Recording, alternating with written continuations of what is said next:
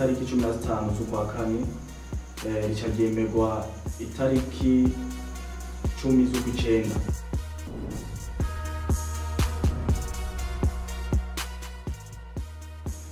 Iyo shirahamwe Imboneza ryatangujwe n'abanywanyi 9. Ico gihe abanywanyi ni gihe twari tugiciga mu mwaka wa nyuma, tumaze kubona ko twogira ishirahamwe, niho twaca tubona ko twoshinga n'amategeko arigenga kugira ribe ishirahamwe rimeze neza rikuje amategeko.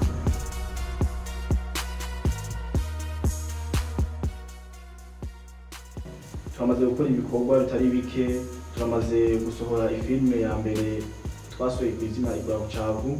Inyuma y'iyo filme hariho n'iyindi twakinye twimirije gusohora mu minsi iri imbere, n'utundi dukorwa twinshi twagiye turakora.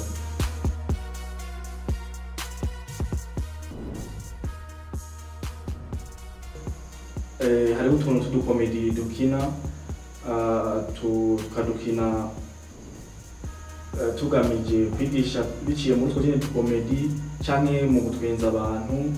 Inyuma y'utwo dukomedi twarakinye utuntu tw'udukino nyene ducisha twa audio, ducisha ku ma WhatsApp nka turya twama tuvugira ku maradiyo.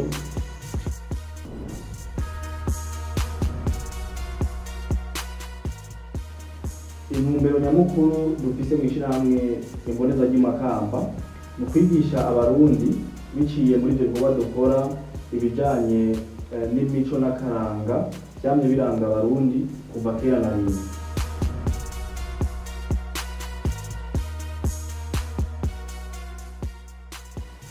Ego turi bato ariko ntituri bito, kandi uretse ivyo mw'ishirahamwe bitwa ko dukuze, turafise abandi bantu badukuriye turi mw'ishirahamwe bazi akaranga ka kera, bazi imico yamyeho aho hambere.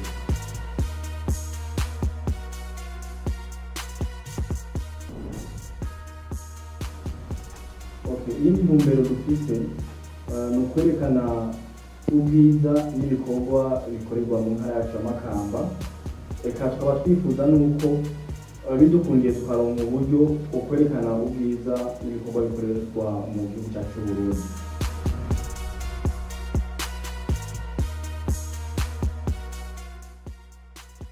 Novuga ko ari ibintu bigoye kuko ni uburyo buva mu banywanyi b'ishirahamwe.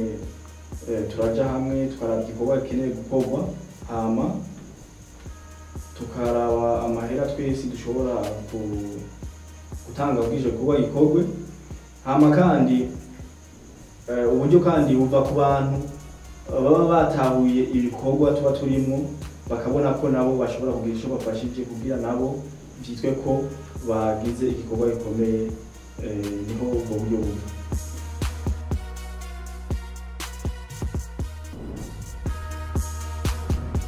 Muri ya ntumbero nyene yo kwerekana ibyiza canke ibikorwa bikorerwa mu ntara yacu, ibindi bikorwa dukora, iyo abantu bakeneye ko tubagira amapublicité baraza bakatubwira ivyo bakeneye ko tubakorera, tukabikora mu ntumbero yo kwerekana ibiba biriko birakorerwa mu ntara yacu.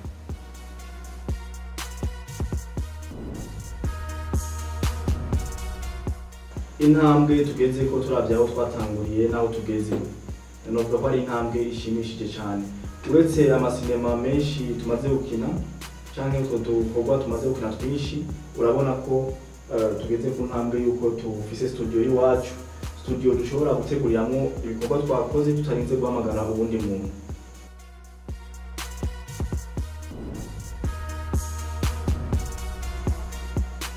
Iyi studio hariho amasinema dukina bigasaba ko turondera uwundi muntu dukorera, hari n'ayandi dukina bigasaba ko ari twebwe nyene tuyikorera biciye muri iyi studio y'iwacu, agasohorwa avuye ngaha muri iyi studio y'iwacu.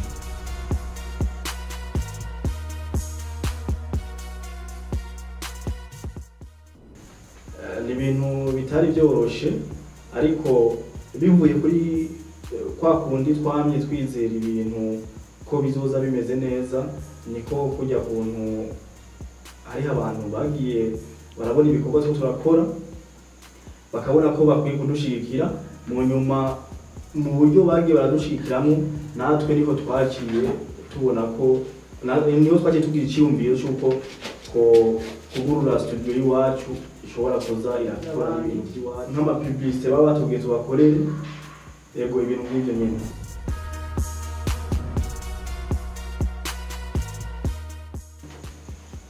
Akamo twotera bariko baradukurikirana ni uko dushigikira kugira dushobore kurangura imigambi dufise, kuko urabona ibikorwa turiko turakora ko ari ibikorwa biza biteza imbere intara yacu, biza biteza imbere igihugu c'iwacu. Rero bogerageza bagahamvya abandi bashoboye kubona yuko dukora ibikorwa vyiza, nabo bakaza bakadushigikira.